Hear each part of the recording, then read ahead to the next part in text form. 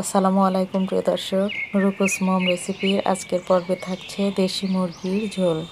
এই রান্নাটা আমরা অনেকেই কম বেশি করতে পারি, তবে পারফেক্ট কালার এবং অনেক বেশি টেস্টি করে কিভাবে এই রান্নাটা করতে পারবেন সেই রেসিপি থাকছে আমার আজকের পর্বে।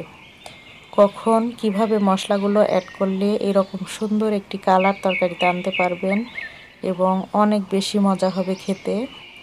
পুরা রেসিপি না কেটে একদম পারফেক্টলি দেখবেন, তাহলে এই রকম কালার এনে অনেক বেশি টেস্টি করে মাংসটা রান্না করতে পারবেন।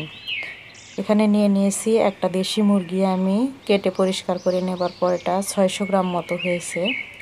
আর এখানে আমি 4টা আলু এরকম একটু বড় সাইজ করে কেটে নিয়ে এখানে পানিতে রেখেছি, তাহলে আলুর কালারটা একদম পারফেক্ট থাকবে, কালো হয়ে যাবে না।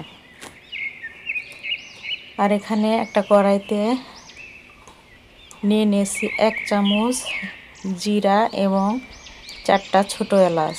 এগুলো একটু ভেজে নিচ্ছি, এগুলো আমি গুঁড়ো করে নেব। ভেজে নেওয়া হয়ে গেছে, এগুলো উঠিয়ে নিচ্ছি। এবারে সেম কড়াইতে দিয়ে দিলাম তেল, দিয়ে এখানে দিয়ে দিলাম গরম মশলা। দেব এখানে আমি দিয়েছি 3 টুকরা দারচিনি, একটা দিয়েছি কালো এলাচ এবং 4টা ছোট এলাচ মুখ ফাটিয়ে আমি দিয়েছি। এগুলো খুব ভালোভাবে একটু ভেজে নেব। মশলা থেকে যখন সুন্দর একটা ফ্লেভার ছড়াবে তখন আমি দিয়ে দিলাম পেঁয়াজ। আমি এখানে 1 কাপ মতো পেঁয়াজ দিয়েছি। আর এখানে দিয়ে দেব আমি 6-7টা মতো কাঁচামরিচ, আমি মাঝখান থেকে ফালি করে দিয়ে দিয়েছি। এগুলো খুব ভালোভাবে নেড়ে চেড়ে কালারটা চেঞ্জ হয়ে আসা পর্যন্ত একটু ভেজে নেব। যখন কালারটা ঠিক এরকম আসবে সে পর্যায়ে আমি দিয়ে দিচ্ছি 1 চামচ আস্ত জিরা। জিরাটা খুব ভালোভাবে ফুটে যখন আসবে তখন এখানে আমি দিয়ে দেব পেঁয়াজ বাটা। এখানে আমি 1/2 কাপ পেঁয়াজ ব্লেন্ডারে খুব ভালোভাবে, দেখতে পাচ্ছেন, ব্লেন্ড করে নিয়েছি, সেটা এখানে দিয়ে দিলাম। আর দিয়ে দেব 1 টেবিল চামচ আদা রসুন বাটা। দিয়ে আদা রসুন বাটা এবং পেঁয়াজটাকে খুব ভালোভাবে নেড়ে চেড়ে এটাকে খুব ভালোভাবে ভেজে নিতে হবে, যাতে পেঁয়াজ এবং আদা রসুন বাটার কাঁচা গন্ধটা একদম ভালোভাবে চলে যায়। এভাবে ভেজে নেবার পর এখানে দিয়ে দিলাম আমি মাংসগুলো। এ পর্যায়ে কিন্তু আমি কোনো রকম পানিও অ্যাড করিনি, আবার অন্য যে মশলাগুলো, গুঁড়া মশলাগুলো, সেগুলো কিন্তু ইউজ করিনি। মাংসটা দিয়ে খুব ভালোভাবে 5-6 মিনিট একটু এভাবে নেড়ে চেড়ে ভেজে নিচ্ছি। এই পর্যায়ে আমি গুঁড়া মশলাগুলো অ্যাড করব। দিয়ে দিচ্ছি স্বাদ মতো লবণ, দিয়ে দিলাম হলুদ গুঁড়ো 1 চামচ, 1.5 চামচ হবে, আমি চামচটা বড় দিয়েছি, 1.5 চামচ হবে লাল মরিচের গুঁড়ো এবং 1 চামচ দিয়েছি ধনিয়া গুঁড়ো। দিয়ে এগুলোকে আবারও আমি 5-6 মিনিট পর্যন্ত এটাকে ভেজে নেব। মাংস থেকে পানি এই পর্যায়ে বেরোবে না। কালারটা দেখতেই পাচ্ছেন কতটা সুন্দর এসেছে। আর দিয়ে দিলাম কেটে রাখা আলু। এভাবে স্টেপ বাই স্টেপ মশলাগুলো অ্যাড করবেন, তাহলে দেখবেন কালারটা এত ভালো আসবে আর খেতেও কিন্তু অনেক মজা হবে।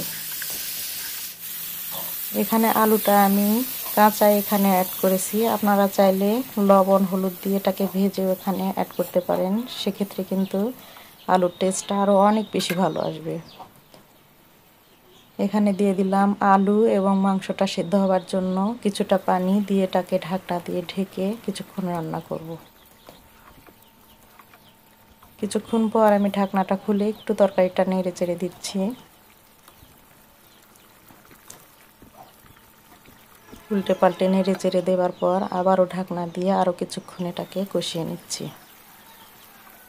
দেশি মুরগি একটু শক্ত হয়, তাই সময় নিয়ে এটাকে কষিয়ে কষিয়ে রান্না করতে হয়। এবারে এভাবে বারবার ঢাকনা খুলে আমি নেড়ে চেড়ে এটাকে কষিয়ে নেব। এভাবে রান্না করলে দেখবেন এটা খেতে এত মজা হবে। রুটি, পরোটা, সাদা ভাত এবং পোলাও সব কিছুর সাথে কিন্তু এই দেশি মুরগিটা খেতে পারবেন আপনারা। দেখবেন সবাই অনেক বেশি পছন্দ করবে রেসিপিটা ফলো করে ট্রাই করলে। দিয়ে দিলাম ঝোল। দেশি মুরগির ঝোলটা পাতলা খেতেও কিন্তু অনেক বেশি মজা লাগে, তবে আপনারা পছন্দ মতো দিতে পারবেন। ঝোলটা দিয়ে এখানে আমি মিডিয়াম আঁচে 5 মিনিট রান্না করেছি। এই পর্যায়ে কিন্তু একদম আমি যেরকম চাচ্ছি সেরকম ঝোল ঠিক আছে। আমি লবণটা চেক করে নিয়েছি, আর একটু লেগেছিল আমার, দিয়ে দিয়েছি অফ ক্যামেরা। আর এখানে জিরা এবং যে এলাচ আমি ভেজে গুঁড়ো করেছিলাম সেটা এখানে অ্যাড করলাম।